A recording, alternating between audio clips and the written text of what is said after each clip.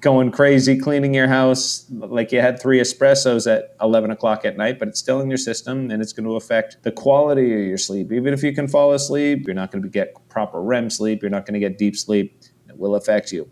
So now caffeine within 10 hours of bedtime. And let me ask this question. It's going to sound obvious, but how important is sleep to our well-being? For so many reasons. If your sleep isn't handled, it's going to start affecting your hormones. Your cortisol levels are going to be jacked up. Your testosterone levels can suffer. Testosterone levels and cortisol levels are not where they should be. That can lead to weight gain. It could lead to sexual dysfunction. It could lead to all kinds of problems. It could lead to depression. Having a good night's sleep is just as important as eating well, as exercising. Guys are getting less sleep. They're not prioritizing it. We're constantly in fight or flight mode. Our bodies, we have to, in a lot of cases, make an effort to go from a sympathetic state to a parasympathetic state. Me included. I do breathing exercises every night for bed. I was an insomniac when I was a kid. I used to stare at the ceiling for hours. I became obsessed with finding the perfect night's sleep. I do box breathing before bed. I do stretching. I do meditation before bed. I have the whole nighttime routine, and I stick to it because I know how good it feels when I get a good solid 7 hours, 7.5 hours of sleep where I wake up feeling rested versus a night where I had 5.5, 6 hours and I wake up and I'm struggling all morning, relying on coffee. And then you have that second cup of coffee at 2 p.m. that affects the next night of sleep. And it's this vicious cycle. And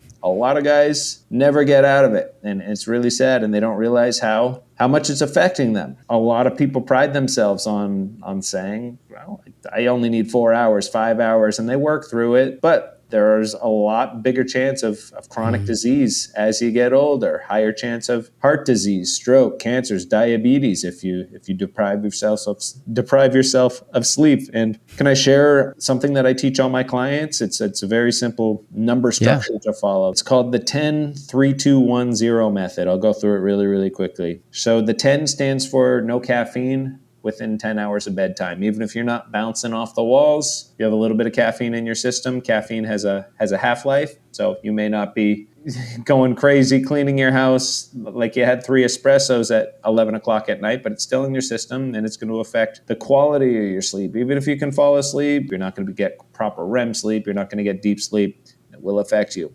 So now caffeine within 10 hours of bedtime. The 3 stands for no food within 3 hours of bedtime, because if you got food in your stomach, your body is not totally shut down. Digestion is a process. It requires energy. And if you're digesting food when you're trying to sleep, you're not going to get as deep a sleep, or you may not be able to fall asleep. So no food within 3 hours of bedtime. You can have some water. That's fine. Don't drink too much water. You don't want to be getting up to go to the bathroom every 2 hours when you're going to sleep. The 2, this is a big one. 2 and 1 I think are the biggest ones. So 2 is no work-related activities within 2 hours of bedtime. So you can't check work emails. You can't open up spreadsheet. You can't just do that one thing. You got to be able to shut down your brain. You want your brain to be able to shut down and, like I said, get into that parasympathetic mode, that rest and digest mode, that relaxed state. And if you're putting out fires at work, you're not going to get there. You're going to be stressed out. So no work-related activities within 2 hours of bed. And then finally, the last one, this is the toughest one for 99% of people. This is one that you kind of have to take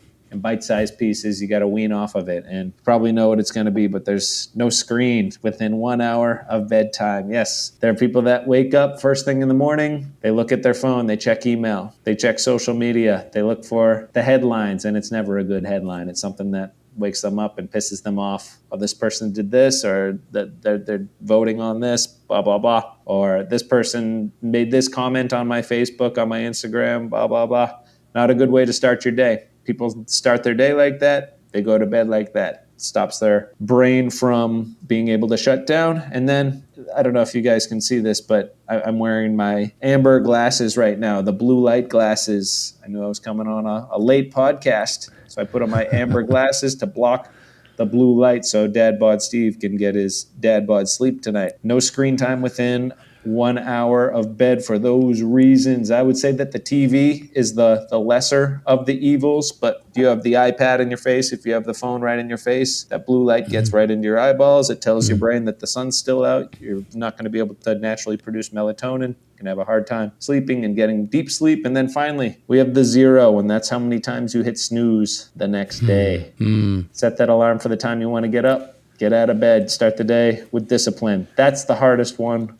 For me, I hit the snooze button. I don't fall back asleep. I lay there for about 9 minutes and then I get out of bed. So even I have to work on that one. But Yeah. following the other rules has helped a lot.